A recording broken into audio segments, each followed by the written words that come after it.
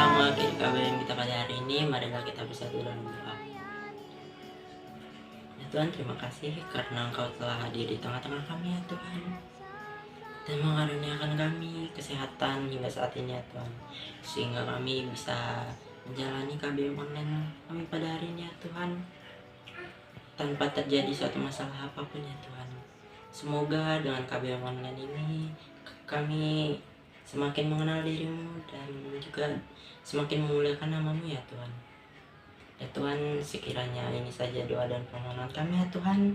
Dalam nama Tuhan Yesus kami berdoa dan mengucap syukur. Amin. Salam semuanya. Hari ini kita masuk ke bab 14, khusus kelas 9, yang berjudul Aku dan Kamu Satu. Pengertian yang pertama kita lihat di sini adalah makna aku dan kamu satu.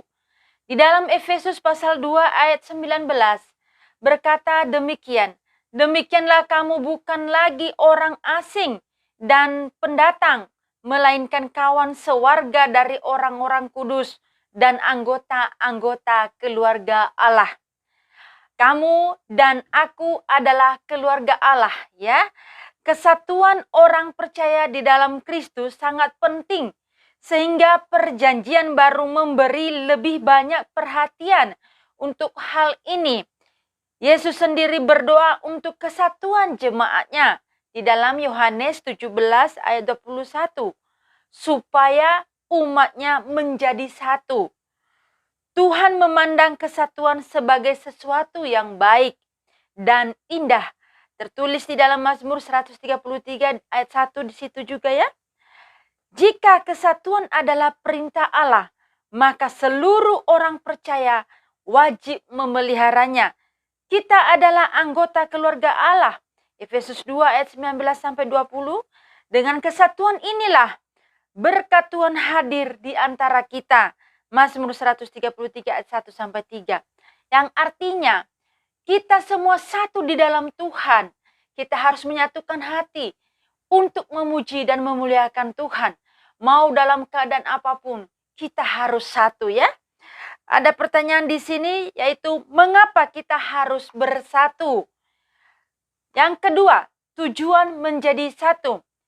Yesus menginginkan para murid dan segenap orang percaya tetap menjadi satu. Karena di dalam kesatuan itulah terdapat kemuliaan, kasih, dan kekuatan. Ya, kita harus bersatu supaya kita memperoleh kekuatan. Kekuatan yang baru dan kekuatan yang ampuh. Doa Yesus menunjukkan alur yang sangat jelas.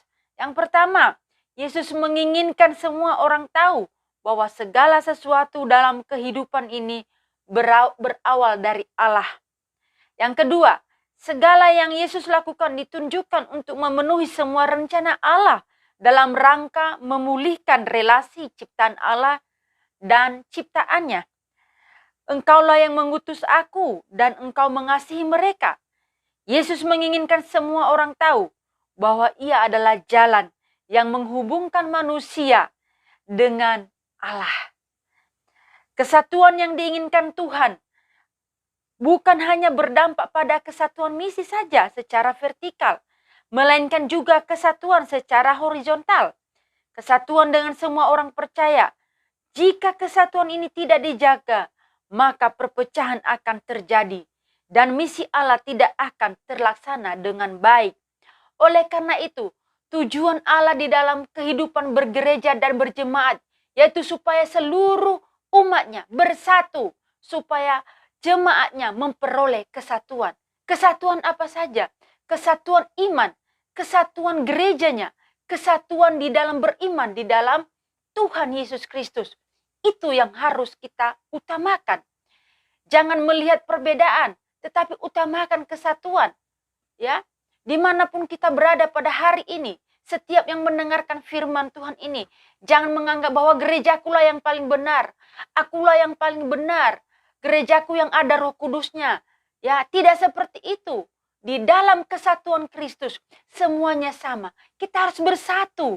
Ya, kita harus bersatu untuk tujuan Allah, yaitu memuliakan Tuhan, yaitu satu iman di dalam Yesus Kristus.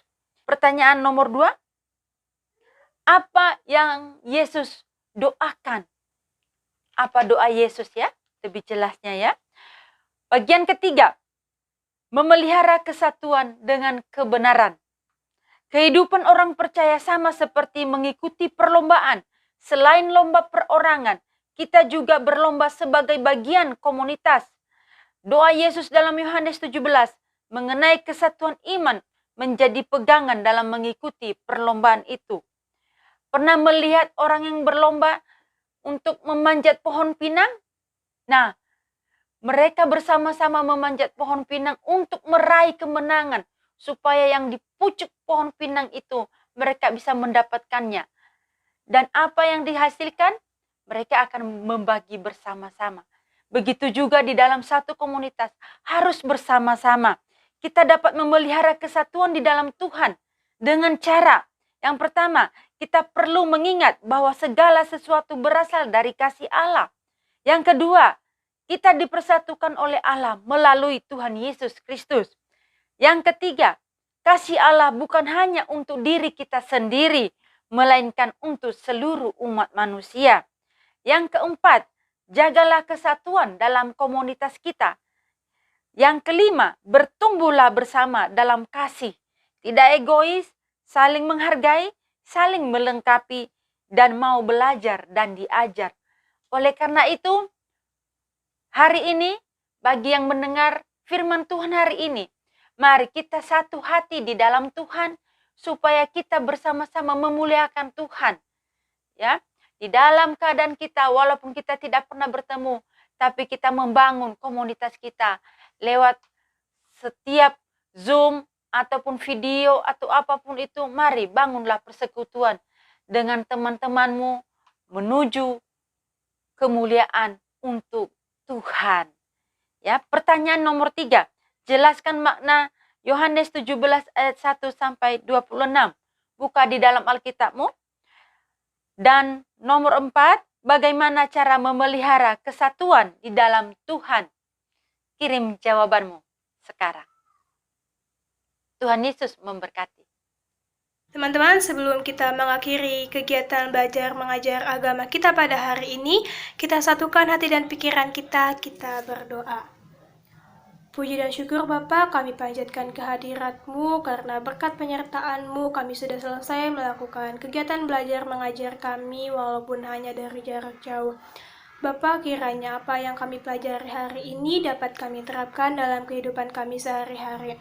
Berkati juga Ibu Yuni yang sudah menyampaikan kebenaran tentang firman-Mu. Engkau tambahkan hikmat serta kebijaksanaan dalam pelayanannya. Berkati juga usaha, pekerjaan, keluarga, serta kesehatannya Bapa. Perbuatan dosa yang kami lakukan, baik yang tidak kami sengaja maupun yang kami sengaja, baik itu melalui perkataan, pemikiran maupun perbuatan, kiranya Engkau hapuskan Bapa, agar kami layak mendapatkan berkat yang dari-Mu saja. Ini doa dan permohonan kami Bapa, kami sampaikan kepadamu melalui anak-Mu Yesus Kristus, Juru Selamat kami yang hidup. Amin.